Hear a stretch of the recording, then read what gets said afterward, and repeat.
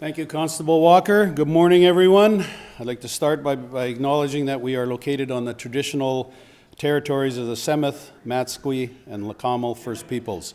I'm Henry Braun, Mayor, City of Abbotsford. Overnight,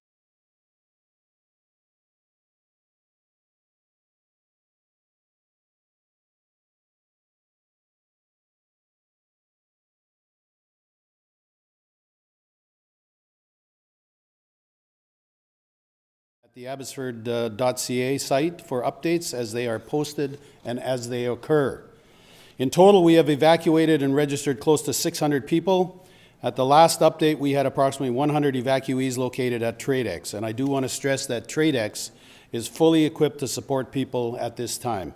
I encourage people who want to donate to visit the city's website, and you'll get instructions and directions there. The floodwaters from the Nooksack River continue to flow northeasterly across the Sumas Prairie, and water levels there continue to rise toward the east of the prairie.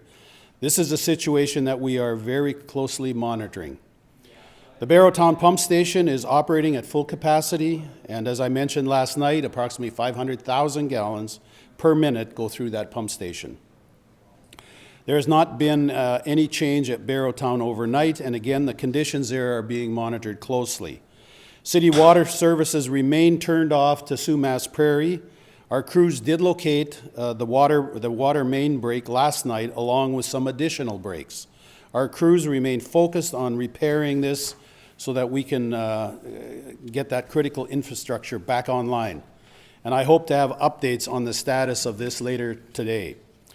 I understand the Prime Minister has now announced that he is sending Canadian forces assets to British Columbia. I don't have any specific details regarding where these will be deployed at this time.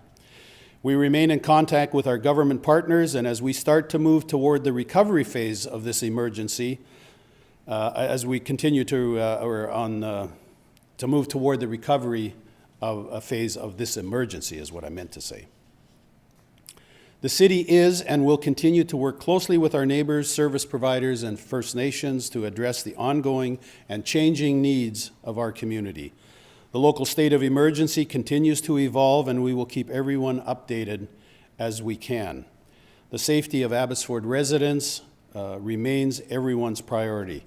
I will now turn the conference over to Chief Darren Lee from Abbotsford Fire Rescue for his update, followed by Chief of Police Mike Sear, and then we'll open it up for questions. Thank you. Morning, everybody. Thank you for being here. I just wanted, the Mayor mentioned the changing water levels in East Abbotsford. So as the floodwaters from the Nooksack work their way towards the Barrowtown Pump Station and eventually back into the Fraser River, those changing water levels are still causing issues for folks that have decided to stay in.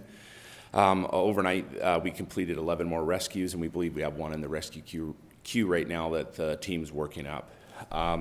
We were able to get a little more good news here overnight, or late last night. We lifted some alerts in the Sumas Mountain area, and those were due to small localized over-road flooding and some small landslides. So we were able to lift those off just to give folks a little better access around their homes and stuff on Sumas Mountain. The ESS Center is still established at TradeX. I spoke to our ESS director, and she said approximately 100 folks were there overnight. And we just asked that if people need to register, that they go to the Abbotsford TradeX and go face-to-face. It's easier for the ESS team to get folks registered. I just wanted to take a few minutes here and just thank the Abbotsford Fire Department, the Abbotsford Police Department, Abbotsford Engineering and Regional Utilities team. It's been amazing to see everybody come together and just work collaboratively in the field. We have a lot of staff in the EOC, a lot of planning and whatnot going on there, but the field work is really where it's getting done, and I really appreciate that. We were able to manage our regular fire and rescue calls during this event.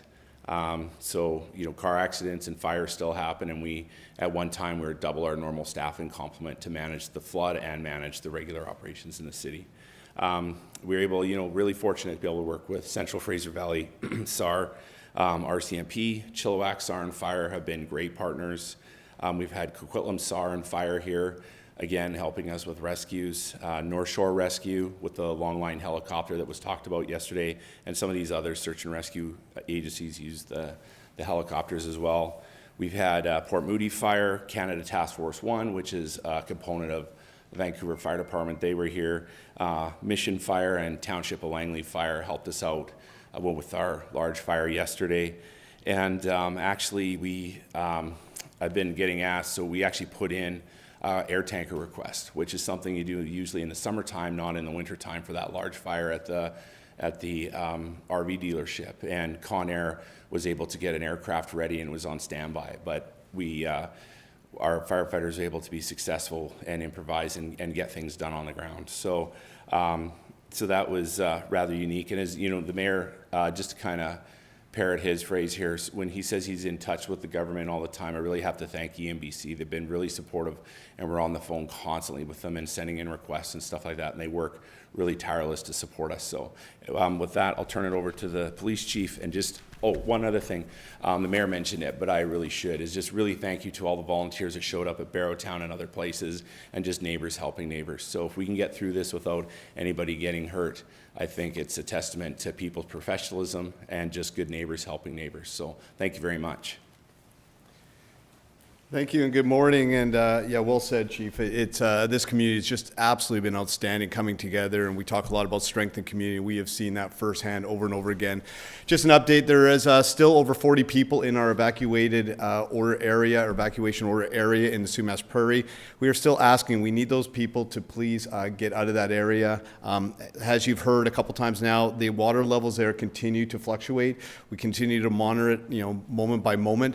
But you are putting our first responders, our rescue services at risk by staying there should we have to go in there when this gets much more complicated. So please leave the area. Also, if you have not contacted us and you're within that evacuation order, please contact us. Please let us know you're there. We've not been able to do door-by-door knocks to each residence in there. It's a very large area. Lots of rescues have gone on. So if you're in that area, you haven't contacted us, please do. We need to know where you are. Many of our streets are, very impacted. I know people are getting frustrated. They want to get through our city, but we have to ensure through engineering and other things that our roads are safe. So we continue to do that as quickly as we can. I'd like to also let you know too that Abbey PD, I could not be prouder of this department. They have gone over and above. They have worked, as with Abbotsford Fire Rescue Service, exceptional hours, just unbelievable. And we continue to provide a service. And our community is safe. So as we're all dealing with this flood, over and above that, we're dealing with the regular calls that occur every single day. And kudos to the city staff who, again, just watching them in the operations center is just absolutely outstanding. I'd also just like to quickly thank, as Chief Lee said, when something like this happens, this is a team project. And we have had our municipal RCMP partners from across, BC reach out to us and offer support. VPD had a boat here yesterday that helped get some critical supplies into the Barrowtown area. RCMP Air 1 has provided services throughout this entire event, and that has been just absolutely invaluable, along with the other helicopter services. Also had, Surrey Police Service support us, the RCMP in Chilliwack, Langley, and everywhere. I know the RCMP are heavily engaged in their own actions, but despite that, still supported us in so many ways. ECOM, we know how busy and short ECOM has been. I think you've heard that over the last couple months. Exceptional. They have had to stand up extra resources, breakout rooms to support us as we receive more 911 calls and assistance for help. And search and rescue. I think Chief Lee and I cannot thank them enough. These are volunteers who have been out in our community for 4 days in a row, absolutely just giving their all. And out last night with them, or afternoon, and watching them deploying boats again, freezing cold in the prairies. It's windy and they just will not stop. So we owe a debt of gratitude to them. So with that, I will turn it back to the mayor. Thank you, Chief Sear. Any one of us? Can we start with just an update on the livestock situation? I know you mentioned yesterday that thousands are suspected dead. Any update on that? I don't know that I said thousands were dead. I think I said there was 20,000 cows. Maybe there's more on Sumas Prairie, but I have heard that 2,000 number reported, but I have no intel on that. We have some agricultural people in the ops room now. We'll get some of that information. I can get that to you at this afternoon's briefing. You did spend some time with some farmers for my understanding. Can you just talk about what they told you so far and some of the emotion behind that? Well, they need help and they need water. And without the water, with the breaks in the water that we have, we can't get the water. We are doing everything we can to find those leaks under 4 or 5 feet of water and to repair them. That's not an easy task. But we'll get that water up as quick as we can so that they can feed their livestock and the chickens in particular. We have heard reports of people driving around possibly looking to loot. Has there been any reports of that? Is that I don't have any information about that. The chief may have something to add to that, but I really want to focus more on Sumas Prairie. We are not out of this by a long shot yet. The chief alluded to it that as things get more complicated, they are going to get more complicated, and we'll have some more information about that this afternoon. But you may have some questions on that. Mayor Braun, can you talk to me about these 40 people that remain, or 40 or so? Whereabouts on the prairie is this? Like, is it the east or the west? And what's going on there? Can you just Okay, let me maybe put this in context. So our city is the largest geographical city in the province. I've said this before, but it's 375 square kilometers. Of that, Sumas Prairie in its entirety is 90 square kilometers. Of that, the western 1/3, that water is when the Sumas Dike was there, it's breached, would channel to the Sumas River. The other, to the western or the eastern 2/3 of the prairie is what used to be a lake bottom. The water is receding at has been at a pretty good clip for the last 24 hours on the western side. But the Nooksack continues to come across the border and through the breaches is filling up the old lake bed, which is why the water is rising. And even the latest, I just talked to a dairy farmer only a half an hour ago, the water has risen 6 inches on interprovincial between number 2 and number 3 road. So we'll have some more intel. We're going to have some visuals for you as well, because I'm still not sure that people understand what's going on out there. The 40 people are in the eastern part of the valley, or of the prairie. And I'm guessing, I don't have numbers of who's who, but I'm guessing most of those would be farmers. Right, so this is in the area where the water's rising? that Yes. you're concerned about. So you have ties to the dairy industry, you're speaking to these people. What is this like for the people that are facing this, that are trying to make that decision? Well, they're devastated. I mean, we are talking here, I don't want to speculate, but we are talking in the hundreds of millions of dollars plus. But we haven't assessed all that. But these farms are second, third, maybe even fourth generation farmers.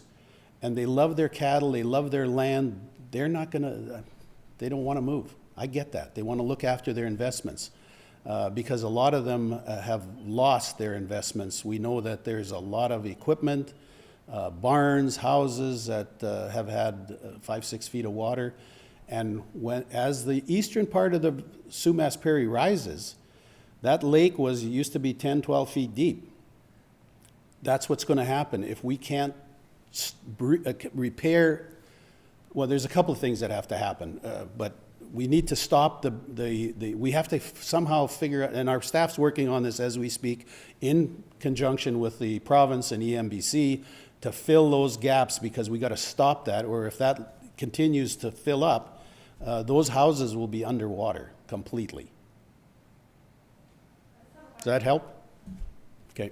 This might be better suited for Chief Lee, I don't know, I just wanted to hear about the rain today, plans for that, and concerns about that. And also, if you could just walk me through, how extensive are these rescues? If you go out in a really isolated area, like how challenging is that for crews? It's not, I'm assuming it's not a quick thing to do. Well, let me address the rain. I am not concerned about today's rain. What I'm concerned about is next week and what's coming. There's predicted 80 to 100 millimeters of rain coming next week, beginning, I think, Tuesday morning, Tuesday night. I can't remember exactly. I can't keep all these figures in my head, but That's what I'm concerned about if we don't fix those breaches. Because the Nooksack could go back up again and revisit us. Well, it's still visiting us, but at a lesser degree. But we are still not pumping anywhere near the amount of water out of the system than is coming into the prairie from across the border. And I will be talking to Governor Inslee later on today sometime. He reached out to my office last night, and we're going to have that chat as well. Is there anything they can do? I mean, it's a river, right? How can they, is there anything you can do in terms of control down there? That is a long-term, that, we've been talking about that with, between Canada and the US for 40 years, maybe more. That's not, they can't do anything either right now. They're looking at life safety as well. Same things we are doing over here. That's a much longer conversation. We need to just manage as best we can to stop the water from coming into Sumas Prairie, that 2/3 of that prairie, which is 60 square kilometers. That's no small piece of land we're talking about. And it's going to take a long time. That water cannot drain anywhere because it's the lowest point. That water has to be pumped out by those Barrowtown pumps, which is why they were installed. And so we're trying to, we will have numbers at some point of how much water is left in there and how long will it take to pump out. But we are not talking days. We are talking weeks. I just don't know how many weeks. Whether it's 1, 2. The Prime Minister and I had a conversation, I'm guessing 15 minutes. He has assured me, as has the Premier and multiple provincial ministers, that they are 100% behind us. They will provide whatever we need. We just need to let them know what we need and when we need it, and it will be here. So I take them all at their word, but I've also prepared them for one big bill at the end of this, because this is not going to be just, 10 million or 50 million. This is in the multiple hundreds, if not maybe higher than that going forward. But we don't have that information at this point. But as a lay person who's had some construction knowledge, we have a lot of work to do. There's got to be all sorts of risk assessments done on those overpasses, a freeway, and a whole bunch of other roads. We have 30 bridges out there, and I don't know how many culverts, but it'll be hundreds. That all has to be assessed before heavy loads can go over there, or somebody's going to go in the water, tip over and die, and we got other issues. So this is all, there's 1,000 things that we are working all at once, and we're just trying to give you a really high-level overview of what's going on. Did I answer everything you asked? I just wanted to. Oh, sure. A description of what it's like when you have to go out to some of those isolated spots. So the process started, we were obviously trying to get the word out, and police social media team was getting the word out to get people to call 911. So the call gets taken at ECOM. They put that in the dispatch queue for Abbotsford PD, and we try and prioritize, with the information the caller gives, try and figure out who's in the most critical position. So we're helping those in the gravest situation. So then that gets pushed to either Central Fraser Valley SAR on the west side of the incident, or to Chilliwack SAR on the east side of the incident. And then they come up with a rescue plan of how they're going to get there. So some of the challenges when they go by boat is that the water could be very deep or actually very shallow. So they have to drag their boats over roadways or something like that where water's flowing. So they have to navigate swift water and standing water, and just understand, there's fences and things like that underneath what they're navigating. And then when they get up to the house, they do an assessment. They want to make sure that they don't put themselves in a bad position with if the water's moving around the property or something like that. And then they would just put PFDs on the folks that they're rescuing, get them in the boat, whether that's stepping off a porch or stepping out of a second-story window into the boat, depending on the topography where the property's at, or maybe they picked them up out of a driveway or something like that. I know there was a lot of video of the overpass just off the freeway there, where a lot of people had pulled off the freeway, and then as the rising waters came up, they got stuck on the high point. So that one was super visual. And then in the places that are really remote or more dangerous to get to, that's where they'd use a helicopter. And there's two styles. There's hoist machines where they actually literally have a hoist where they can lower a rescuer down. They put the person in a harness, bring them up, and bring them into the helicopter, and then fly them to safety. Or a long line machine where the rescuer dangles on essentially a rope, and the helicopter pilot puts the rescuer down, and they put the person in the harness, and then they fly them to safety, and they actually ride outside the helicopter safety. And it's incredibly dangerous work, just the power of moving water, and all the hazards. One of the things the chief mentioned yesterday about the water, and people were asking like what's in it, and the true answer is we don't know, and that's localized. So all of our rescuers go through a decontamination process. Once they're done, they wear dry suits, they wear helmets, so that we can protect them as much as possible. And so there's kind of a whole process to it to get them to a collection point. There was one fella, it's kind of a cool story, I think. We took a call upstairs, and this gentleman was really distraught because he got evacuated, but he wasn't home, and his dog was in a kennel. And prioritizing, I believe it was Coquitlam Fire or Coquitlam SAR actually went and got that dog right near the end of the queue. And he's a service dog. And so the fellow just over the moon. So I got pictures sent to me, which is really cool, of there's a Bernese mountain dog riding in a Abbotsford Fire Department pickup truck getting delivered to someone's parents' house and reuniting them. So it was really cool that they were able to pull that off. So that was right, that was good customer service, definitely worth the risk. They assessed, what was going on. They felt it was a low-risk rescue, so they decided to go for it and reunite those two. So did I kind of cover it? Okay, good. Yeah. Thank you. I do want to come back to that number. I said a multiple of hundreds of millions of dollars, but that does not include the rebuilding of the dikes, and we have no idea what that is. But we have done studies on our dikes, and the bill for just rebuilding the Sumas dike and the Matsqui dike is $400 million as of a couple of years ago. So you add inflation to that.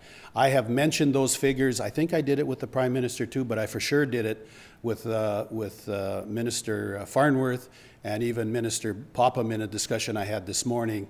They said that the city, that the province will be there for us. But when you start totaling this up, you're going to get up to $1 billion, I predict. But maybe I'm wrong, but time will tell. Anybody else? And then we need to. One.